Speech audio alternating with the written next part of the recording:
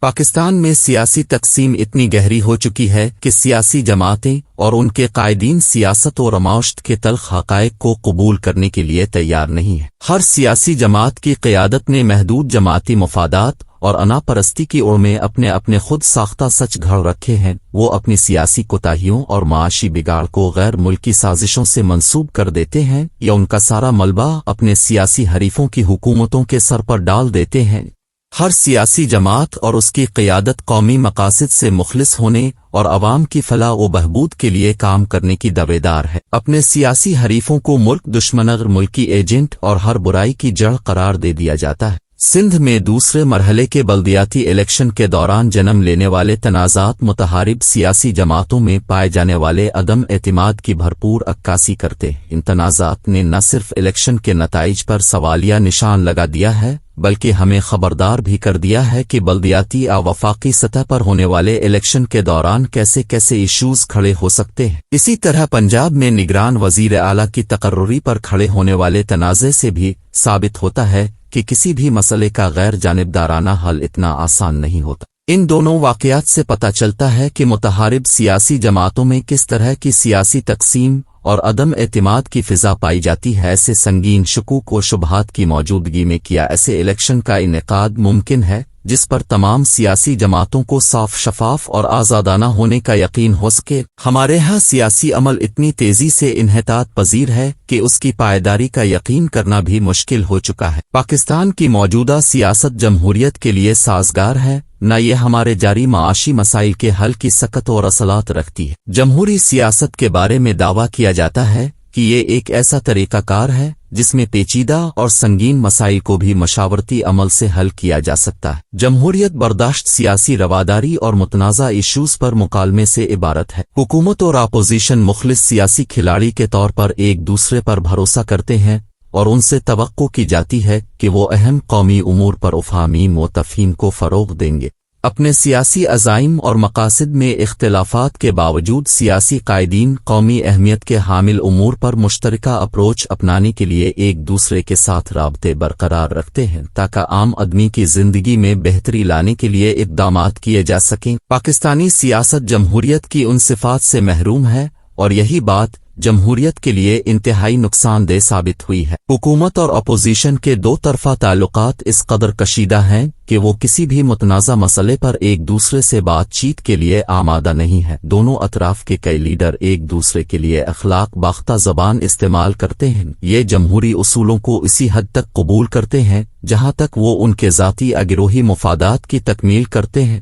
سیاسی رہنماؤں کے باہمی اختلافات اور ایکشڈگ نے پارلیمنٹ کے کردار پر بھی منفی اثرات مرتب کیے ہیں۔ پارلیمان کے اجلاس اکثر ہلڑ بازی، بدزبانی اور ہنگامہ آرائی کی نظریں ہو جاتے ہیں۔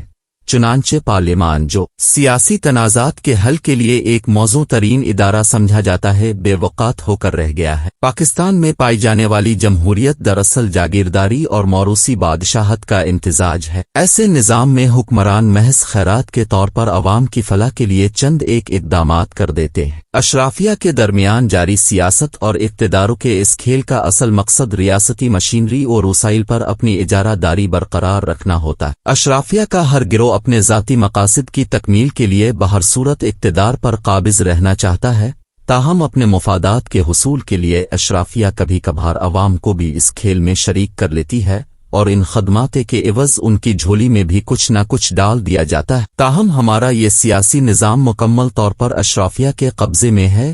ریاستی مشینری پر اشرافیہ کا قبضہ اور ناقص گورننس اس معاشی بحران سے نبرد ازما ہونے میں مددگار ثابت نہیں ہو رہے۔ گورننس کی ساری توجہ اس امر پر مرکوز ہے کہ اقتدار پر بہر صورت اپنا قبضہ برقرار رکھا جائے اور ریاستی وسائل کو پوری جانبداری سے استعمال کیا جائے۔ پاکستانی معیشت اس وقت سنگین مشکلات سے دوچار ہے۔ اس کے تمام اشاریے منفی ہیں اور پاکستان اپنے داخلی وسائل سے غیر ملکی قرضے واپس کرنے سے قاصر ہے۔ پاکستان کے زر مبادلہ کے ذخائر اس حد تک کم ہو چکے ہیں کہ وہ اب اپنی صنعتوں اور بجلی کی پیداوار کے لیے مطلوبہ خام مال اور دیگر اشیاء ضروریہ درآمد کرنے کی سکت بھی نہیں رکھتا۔ طرفہ تماشا یہ کہ بجٹ خسارہ اور افران زر بے قابو ہے، اشیاء ضروریہ کی قیمتیں آسمان سے باتیں کر رہی ہیں۔ وہ ان چیلنجز سے صرف اسی صورت نمٹنا ممکن ہے اگر ملک میں جاری سیاسی کشیدگی میں کمی لائی جائے، حکومت اور اپوزیشن کے درمیان ورکنگ ریلیشن شپ میں بہتری لائی جائے، متحارب سیاسی رہنماؤں کے درمیان افہام و تفہیم پیدا کی جائے کہ موجودہ معاشی بحران سے کیسے نکلنا ہے۔ اس آرٹیکل میں پاکستانی سیاست کی جو حالت نظار بیانون کی گئی ہے،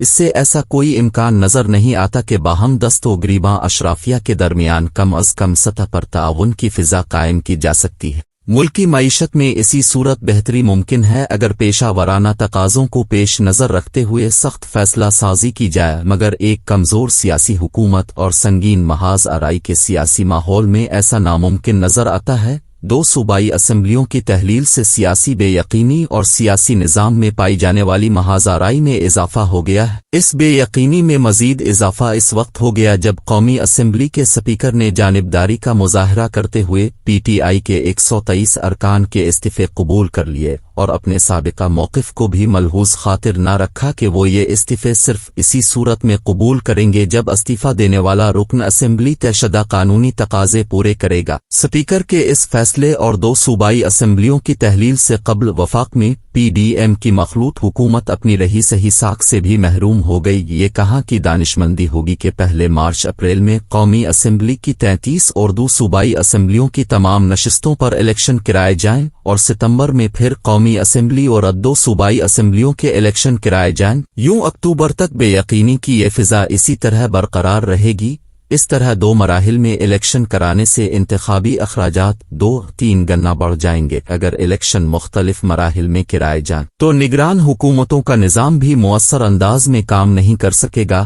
پاکستان کے دیرینہ معاشی بحران اور سیاسی بے یقینی کا تقاضا ہے کہ جس قدر جلد ممکن ہو تمام انتخابات بیک وقت کرا دیے جائیں، شاید اس سال مئی کے مہینے میں الیکشن کا انعقاد ممکن ہو سکے۔ اگر پاکستان میں سیاسی اور معاشی حالات اسی طرح جاری رہے تو وفاقی سطح پر گورننس سسٹم آئندہ 3-4 ماہ میں ہی تباہی کے کنارے پہنچ جائے گا، خاص طور پر جب حکومت آئی ایم ایف سے فنڈز لینے کے لیے نئے ٹیکس نافذ کرنے کے علاوہ واردین گیس اور ابجلی کی قیمتوں میں اضافہ کرے گی۔